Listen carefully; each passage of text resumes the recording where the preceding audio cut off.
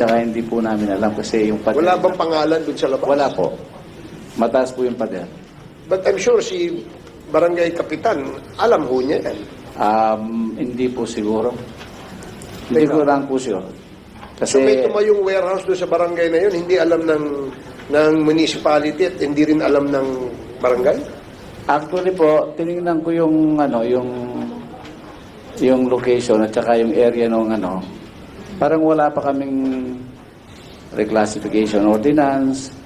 Nasa kinalculate ko yung area, nasa 1.8 to 2 hectares po. Yung area yun? Opo. May mga building? Meron po, Mataas warehouses. ang bakod? Opo. Malaki ang gate? Malaki po. Parang pampelikula yun. Opo. Siya, no? Yung mga ganun. So hindi kayo nakapasok doon? Hindi po. May security guard? Opo. May armas? Hindi po, hindi, kasi yung yung butas ganito lang po eh. Parang pampelikula nga yun. Parang alam na alam ni Dan Fernandez yan. Opo. Sige, maraming salamat po, Konsyal. Salamat. In the next hearing, Mayor and Konsyal, paki-update po kami dun sa inspection yung gagawin po dyan. Mr. Chair, Yes, Congressman ako. kung pwede lang po akong magtanong. Please proceed. Konsi, Opo. lahat naman po natatayo na warehouses doon sa municipality po ninyo, kukuha ng building permit. Sa po namin, Hindi po ba? Lahat ng construction, dapat, yung munisipyo ay dapat kumuha ng building permit. yun po ang Ang dapat. pagbabakod, kumukuha ng building permit. Di Yun ba? po ang dapat.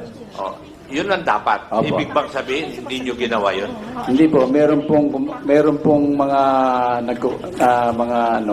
na nagko-construct na walang permit. Eh bakit nyo pinapayagan? Hindi po namin pinapayagan, kaya nga po itong municipal Eh engineer. bakit nakatayo po? Ibig nyo bang sabihin, Konsi, lahat po ng warehouses na nakatayo, may building permit? Can you guarantee that to this committee? Hindi po. So, sa sagot lang po ninyo, Konsi, ay may mga warehouses na itinayo na walang building permit. Tama po. Ano po yung gagawin nyo dapat? Po kami, ipapasara namin yung Kung yung hindi po kayo pinapasok, ay walang building permit, may karapatan ba silang piitin kayo na pumasok? yung pong ipagbawal. Yes, kasi sabi po nyo kanina sa pagtatanong ni Chairman, meron kayong gustong pasukin na warehouse, piniit kayo ng gwardiya. Apa. O di dapat tinanong nyo kung meron ba kayong building permit. Pakita nyo sa amin. Ayaw nila po kaming i-entertain. Ang ibig nyo sabihin, doon sa munisipyo nyo, masiga yung nagtatayo ng warehouse kaysa gobyerno ng inyong yun ang hindi ko sasagot po ninyo, Konsi. Sadali lang, Mayor. Hindi ikaw ang tinatanong ko.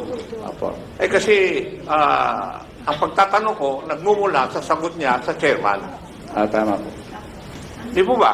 Apo. Ibig nyo sabihin sa lugar po ninyo, sa Mexico, Pampanga. Masiga pala yung mga nagtatayo ng warehouse kaysa Municipal Government of Mexico, Pampanga. Actually po, ngayon hindi na ganun. Pero noon, siga sila. Dati po. Ganon. Thank you, Mr. Chair. Thank you. Thank you, Congressman Akop. Konsi, tanong ko lang ulit, nakadikit kayo, hindi kayo nakapasok sa loob, pero nandun kayo sa may area, no? Apo. Ano nakita mo doon? Warehouse ba yun? Building? Actually po, hindi ko po nakita yung sa loob, pero nakita ko po sa satellite, sa imagery, sa Google, na may building. So, building. May So, structure hindi po. siya warehouse. Hindi, warehouse. Sa tingin ko, base sa interpretation ko dun sa imagery, ano po siya? Warehouse. Kung warehouse siya, yung warehouse tambakan. Tapos po, ang business nila is, junk, ganun. Junk shop. Yun nga, ang business permit nila ay Wala. Hindi ko po alam kung may business permit kasi hindi mo nga po kami pinapasok. siguro si Kapitan will be Apo. be able to tell us kung ano yung permit na sinecure nila. Kasi yun nga, yung pagbabakod nga, fencing permit, kailangan mo yun. Ganito po, Mr. Chair, ganito po kasi, yung mga kapitan kasi, wala po silang alam, madalas, sa mga nangyayari sa barangay.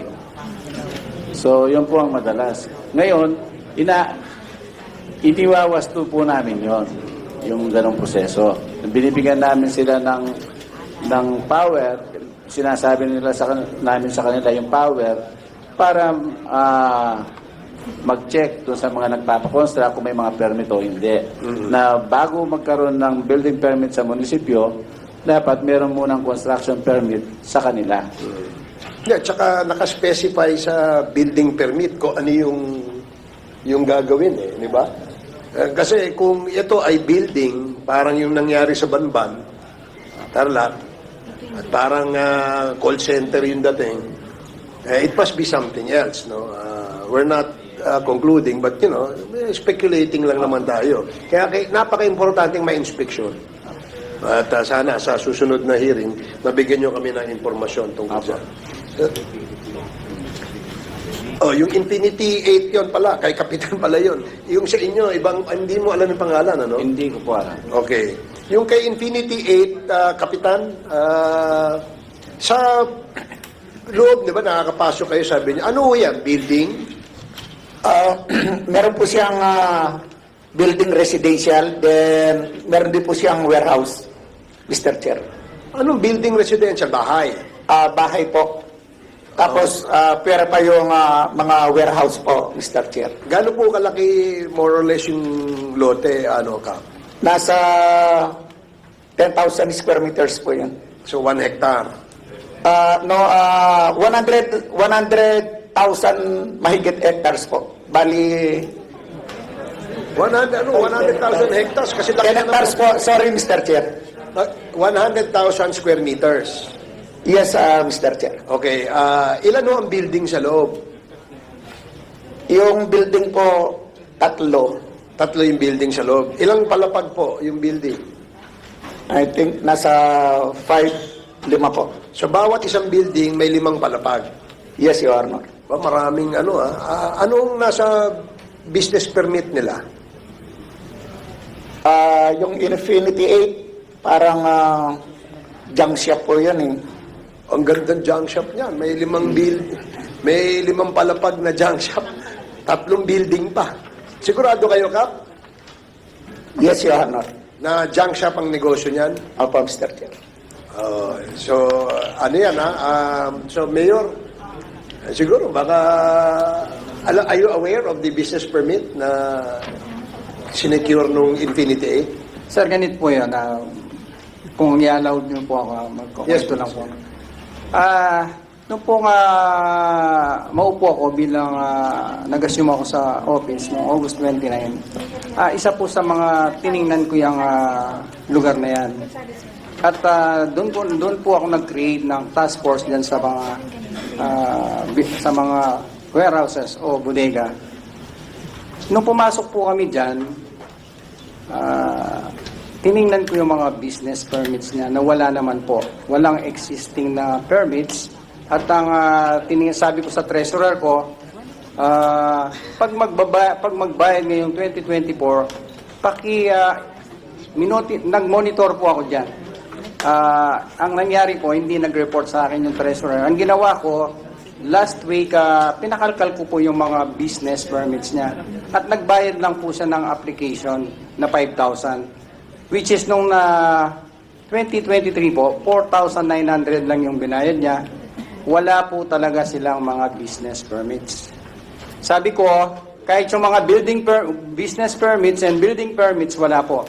Kaya ang ginawa ko po, may 2 letter na po akong pinadala dyan through municipal engineer. Naka-receive na sila ng 2. Yung 3 po, ipapareceive ko this week. After po nun, kung hindi siya mag-comply, ipapasara ko na po yung lugar na yon, yung Infinity po. Papastop ko po lahat ng mga activities doon. Yan yung Infinity 8. Opo. So, narinig mo naman siguro yung Kapitan. And in addition po, noon pong last Saturday, nag-meeting ako with all department heads at saka yung mga concert. Pinatawag ko rin tong kapitan eh. Ang sabi ng kapitan ayaw niyang pumunta eh. Pinasundo ko lang ng pulis yan eh. Oh. At tinanong ko yung kapitan na yan, ang sabi niya sa akin, tinanong ko kung may barangay permit yan. Ang sabi niya, meron. Sabi ko, within today, kailangan kong makita yung barangay permits niya. Hanggang ngayon, wala naman sinadmit sa akin. Yun lang po, Mr. Chair. Anong masasabi mo, Kap? May kopya ka ba ng business permit niyan, building permit niyan? Yung sa building permit po, wala kami. Pero yung business permit po, nakapag-apply na po. Yung records po namin, yung files, nasa barangay treasurer ko po, Mr. Chair. Meron po siya, apply po siya ng business permit, yung Infinity 8. Mismo ang mayor nagsasabi, wala eh. Meron po, tinanong ko po yung aking treasurer, meron po siya. Kaya lang, nung nirequest po sa amin nung mayor namin, hindi ko lang nabigyan kasi pinuntahan ko at tinawagan ko yung treasurer ko, meron po silang family na nilakad. Alam mo, yung mayor ang supposedly aware dun sa lahat ng negosyo sa buong sinasakupan niya. At kapag ang records, wala doon, ang ibig sabihin po noon, wala hong nag-apply ng business permit. Pero kayo, pinagpipilitan nyo na meron. Dahil sabi nyo nga, nakita nyo. Tama po ba, Kap? Tama po, Mr. Chair. Kasi mismo ang nag-issue po nun itong kumuha siya. Ito lang kasi bago lang po kasi ang operation ng Infinity 8, I think this year or last November lang po yata o this year lang. Bago lang po, Mr. Chair. Kaya bago lang po yung business permit niya sa aking barangay. Okay. So, yes, Congressman, but before that, please enjoy the lunch prepared by Congressman Paduano, who is now on Zoom. So, kay Congressman Paduano, welcome in this committee hearing. Yes, Congressman Flores. Mr. Chair, I just would like to ask the Kapitan. Kapitan, when the mayor asked for the copy of the hihingi mo business permit, barangay permit. Barangay permit, Mr. Chair. When was that? Last Saturday. Last Saturday. Yes, last Saturday. This Saturday lang. Kapitan, bakit din yun naibigay kay mayor yung barangay permit? Yan po, bali, tinawagan ko at pinuntahan ko yung treasurer ko po. Wala sila, may nilakad po ng family. Kaya hindi ko nabigyan ng kopya yung mayor namin. Okay, ang barangay permit is for what? Anong hiningi nila na permit? Permit to do what? Business or what? Barangay business clearance po. Bali permit yan. Kaya nga, Business so permit. alam mo ba anong business nila? Yun po, bali yung junk shop. Infinity 8 Trading and Corporation. Trading, nakikita nyo naman, being ikaw yung kapitan doon, nakikita mo naman na yun ang business nila, na nature of business nila. Ano yan? Trading. Ano ba yun? Junk shop. Junk shop. Yes, sir. So you see trucks coming in and out, ganun, may mga loads na mga junk, nakikita mo. Opo, marami po na pumapasok na nagde-deliver doon. Pag mag-a-apply yung isang tao ng isang barangay permit, Kapitan, do you go and inspect the premises? Opo. So, napasok mo na yung premises ng Infinity 8? Yes, Your Honor. And anytime pag ini-inspect mo, pinapapasok ka naman? Opo. Pag sina mayor ang pupunta at mag-inspect, papapasukin ba sila?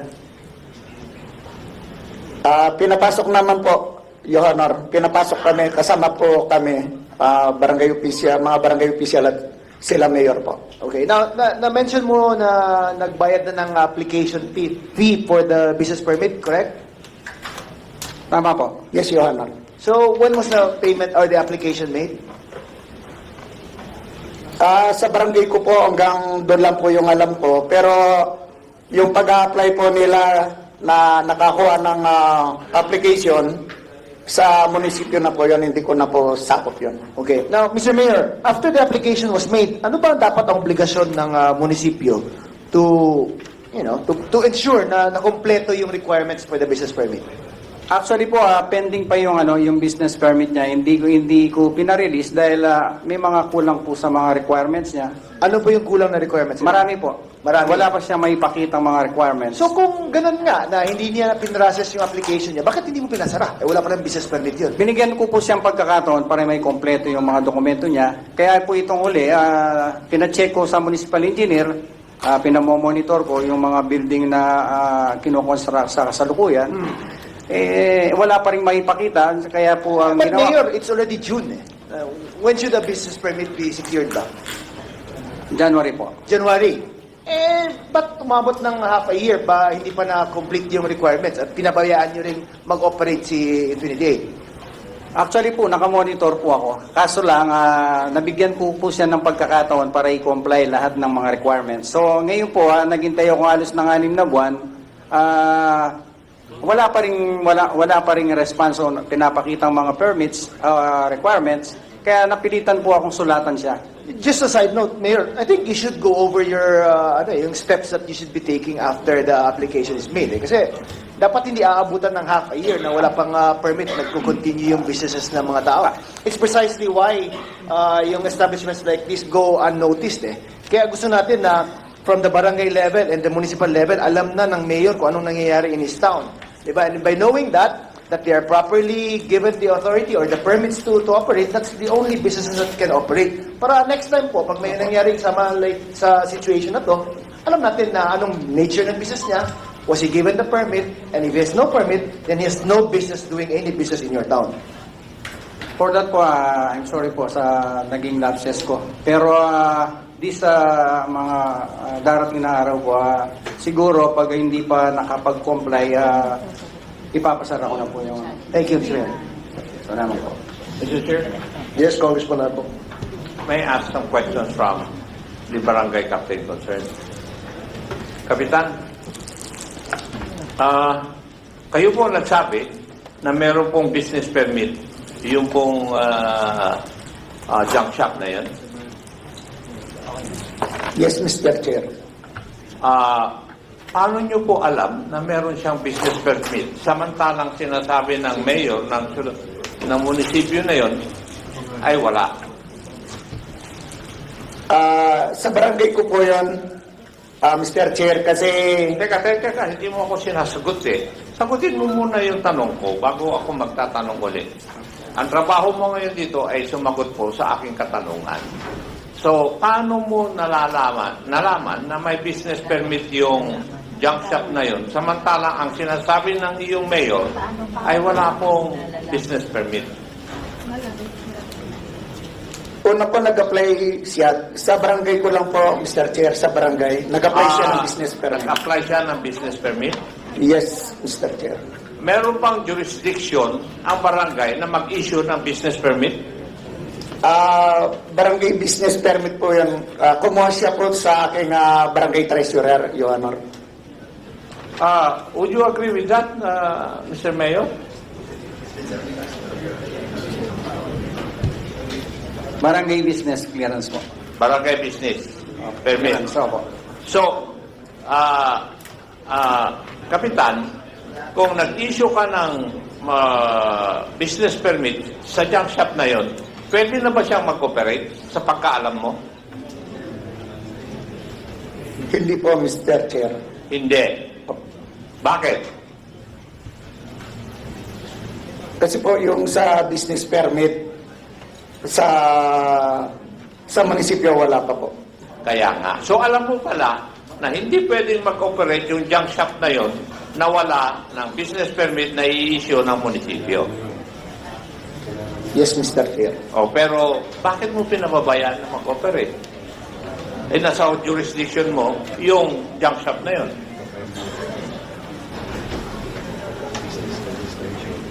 Ang alam ko po kasi... Hindi. Sagutin mo yung tanong ko. Umiiwas ka kagad eh. Ang tanong ko sa iyo, bakit mo pinapayagan na mag-operate yung isang junk shop samantalang wala pa, alam mo na kailangan may municipal business permit na issue. Nasa jurisdiction mo, porket binigyan mo ng barangay permit, pinababayaan mo na mag-operate. Alam mo na hindi dapat. Ang alam ko, Alam mo Mr. naman pala yung batas eh. Sa pagsasagot mo, nakikita ko po yun. Oh, bakit mo pinapayagan? Eh alam mo pala na hindi pwede mag-operate na wala yung business permit ng munisipyo. O ano? Kanina, ang lakas-lakas ng boses mo sumagot eh. Ngayon, tinatanong ko sa iyo, ano ang karapatan mo na pumayag na mag-operate yung junk shop na yon? Ang alam ko po, Mr. Hindi, Chair, hindi yung alam mo ang pinaprocess kwan. na po. Ang alam mo, yung batas. Dapat ang masunod. May karapatan ka ba o dapat mo hindi pag-operatein yung junk shop na yon?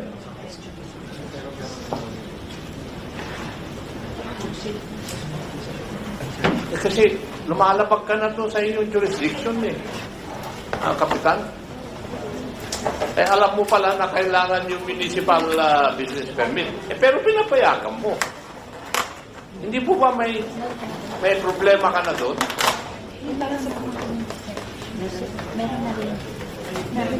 Maski tanungin mo yung abogado ng kaibigan mo, may sabit ka, Kapitan. Di ba?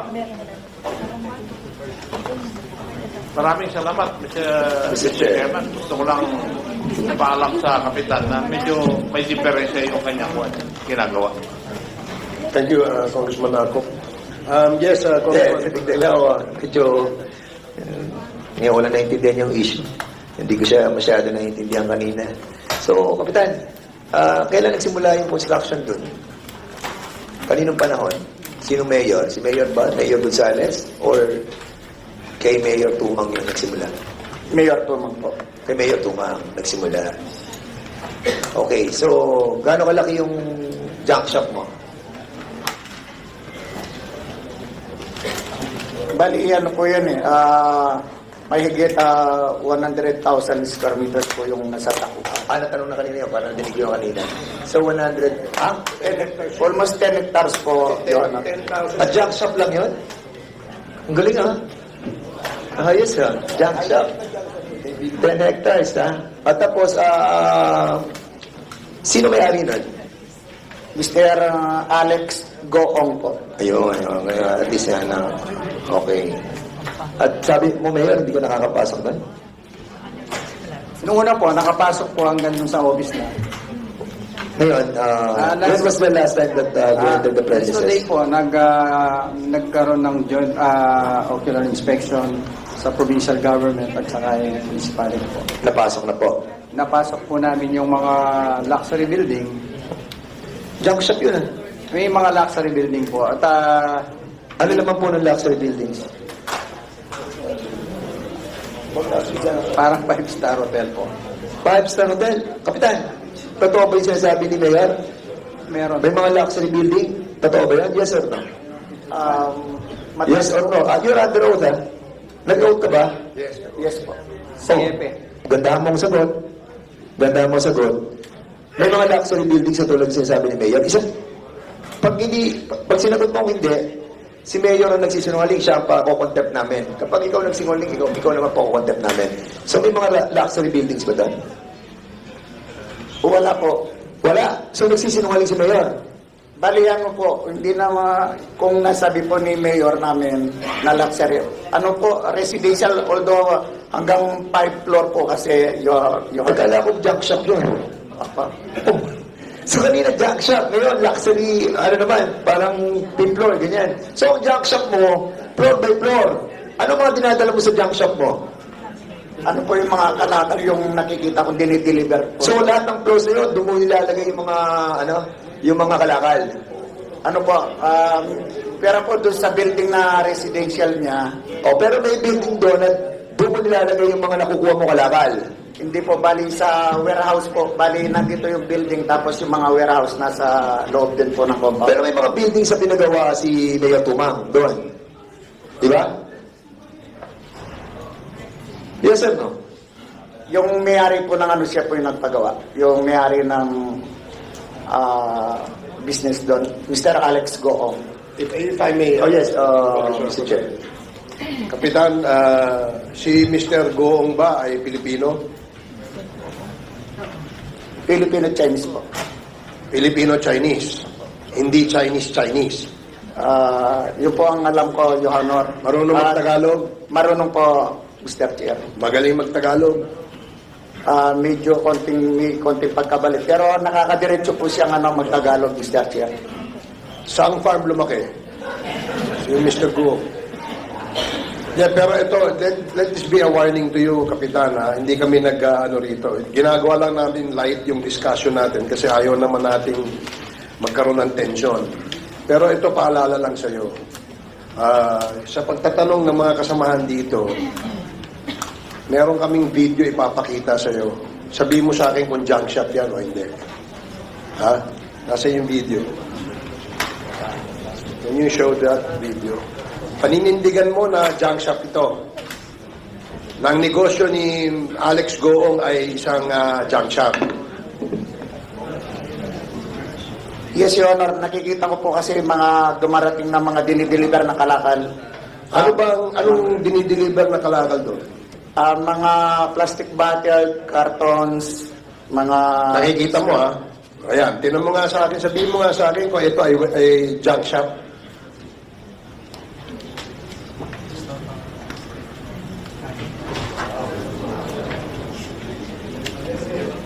Walang kadumi-dumi. Yan ba ang bagong junk shop ngayon dyan sa inyo? Mr. Chairman, I think this resource speaker is lying to his teeth. And in accordance to what we have seen, Mr. Chairman, Kapitan, ito nasa area mo to, ha? Totoo to, ha? Totoo to. So yung sinasabi mo, totoo to. So ngayon ikaw nagsisinungaling, sabi mo kanila, junk shop. Pag junk shop kasi alam mo naman, hindi pa takpakan, lahat, ganyan. So, sabi mo walang ganito, tapos ngayon may makikita kami ganitong presentation. Alam mo, nakakasakit ka ng damdamin. Kasi you're lying under oath. And we don't want this to be a practice of all those resource speakers that we are inviting. We have to set the rules on this committee for us to parrot the truth of the issues that we are investigating. Nagkakaroon ka ng interference eh. Niloloko mo kami. So, bibigyan ka pa namin ng another chance. No? I don't know ako. Pwede ka pa namin bigyan ng another chance. Pero, ewan ko, si Chairman Acop at si Chairman Paduano, I think, is nasa Zoom siya ngayon. So, most likely, you have to tell us the truth and nothing but the truth of why hindi mo pinapapasok sila mayor doon. You are hiding something. Ano bang meron talaga sa loob? You tell us. Para makaiwas ka na sa mga pagkakasala na naganap doon. Sabihin mo na sa committee to ang lahat ng iyong nalalaman. Anong meron sa loob? Para ngayon makaligtas ka pa. Otherwise, I'm telling you, may kalalagyan ka mamaya, Chairman. Tell us, please. Yes, Your Honor. Nakakapasok po ako doon. Ang nakikita ko po talaga is yung mga kalakal na dinideliver nila doon. Tapos, pag pumasok... Aside sa kalakal, ano ba nakikita mo doon? Sino mga pumapasok? May mga Chinese personalities pumapasok doon? Meron ba mga empleyado? Marami ba empleyado pumapasok? Per hectare siya, ha? Ang pinag-uusapan natin dito. Huwag mo kami pinagbububulag dito ng mga kalakal lang pumapasok dyan. Ano pa pumapasok doon sa area yun? 10 hectares. Maraming buildings. Magaganda. Di ba? Ano pa mga pumapasok ng mga empleyado doon? Ano po, yung... May pogo doon. Wala po, Your Honor. Maraming empleyado pumapasok. Dati po, nung ongoing construction po, Your Honor, marami po pumapasok mga Pilipino. And after that, ano pa? Nung nag-ooperate na? Ayun po, yung mga empleyado po na mga foreman, mga engineers po. Yung... Hindi nga, di ba? Gawa na siya eh. Junk shop yan eh. Kaya Oo. ma-engineer dyan. Nung ongoing construction po. Naiintindihan ko yung construction, di ba? Nagawa na yung building, nakita natin, ayos na eh. So, barangay mo yan. Ano nakikita mo pumapasok po dyan sa barangay, sa mga buildings na yan? Yun po, Your Honor, yung mga kalakal lang po. Yung Alam mo, Mr. Chairman, this person is lying. Talagang he wants to hide something. Hindi pa rin kalakal ang pinapasok to. Wala kang dumi. Wala kang nakita, lilinis nga eh. So, pero may tinatago sa amin, Kapitan. Umamin ka na kung ano yung ginagawa doon para makatulong ka sa bayan. Huwag mong panigan yung hindi Pilipino, ikaw naman. Napakaklaro eh. Hindi junk shop yan. Sa definition ng junk shop, ano ang junk shop sa'yo? Yung mga kalakal po ng ano, mga scrap. Ganun. Yung yes. Kalinis, junk shop yan, Kapitan? Meron po kasi portion doon sa area, doon sa mga warehouse yun, or meron pong mga makina na ginigiling po yung ano, ginigiling nila yung mga plastic bottle. Ano po, Kapitan? Okay, sabihin na natin na meron siyang junk shop. Doon sa isang portion ng 10 hectares, meron siyang junk shop. Huwag mo lang i-discuss sa amin yan. Okay na yan. Yung ibang mga buildings na ginawa doon, anong ginagawa sa mga buildings na yon? Bali, ano po, yung ibang building, yung sa warehouse, doon po nilalagay yung mga dinideliver nila, mga cartons, mga... Kailangan, huwag na nga natin pag-usapan yung mga scrap. Yung mga nakukuha mga scrap nasa isang portion na sinasabi mong warehouse. Doon sa mga buildings na nakita, ano ang ginagawa sa mga building yan? Ikaw ang kapitan doon, dapat alam mo yun. Ano? Yan, yung mga building na yan, ano ginagawa dyan? Yun po yung building na nakikita po natin. Nandyan po yung opisina nila ngayon. Ganyan kalaki ng opisina na junk shop. 5 stories, junk shop. Huwag mo ako pinaglolo ko, kapitan, ha? Ano totoo? Anong ginagawa niyo dyan? Alam mo yan, kapitan ka, dapat alam mo anong ginagawa sa loob ng yan. Pakukulong ka namin dito, maniwala ka. Isa pa, ano talaga ang ginagawa ng mga tao dyan, yung mga pumapasok? Ang alam po... Ang alam mo, dapat alam mo dahil ikaw ang kapitan. Negosyo na dyan. Anong negosyo meron dyan? Aside from junk shop. 10 hectares. 1 hektarya para sa junk shop. 9 hectares. Anong ginagawa ng mga tao dyan? Bali, ano po, yun, or yun sa baba po kasi, ang alam ko, mga office ng secretary din yung sa taas po, Mr. Chairman, residential. itong taong to. Residential po ng ano, residential. O, residential. Ni Mr. Alex Go. Residential. Opo. Isang building, residential ni Alex. Sa pag-inspection po namin kahapon, kasama ko sila, mayor po, at saka yung sa PD, yung PD. Okay, kapitan, yung isang residential, okay? Sabihin na natin, isang residential to, 1 hektarya para kila Alex. Yung 8 hektarya, na meron pang mga ibang mga klaseng buildings, anong ginagawa doon? Anong meron doon? Magsabi ka na ng totoo. Chairman, para makaligtas ka sa problemang to, sasabihin namin sa'yo, makakasama ka dito. Anong meron doon sa 8 hektarya? 2 hektarya na binigay natin sa 1 hektarya ng junk shop, 1 hektarya sa bahay ni Alex, yung 8 hektarya, anong meron? Anong meron? Mga warehouse po yan, Johanna. Warehouse po ni Mr. Goong. Mayor, ilan ang buildings na nandun? Yes. Yung, Mr. Chair, yung pong isang building na 5-story, residential po yan. Okay. Ito pong nakikita natin sa big screen, yan po ay opisina yung nasa baba at may mga Kwarto-kwarto. meron pong mga Napasok mo na ba to, Mayor? kahapon po yung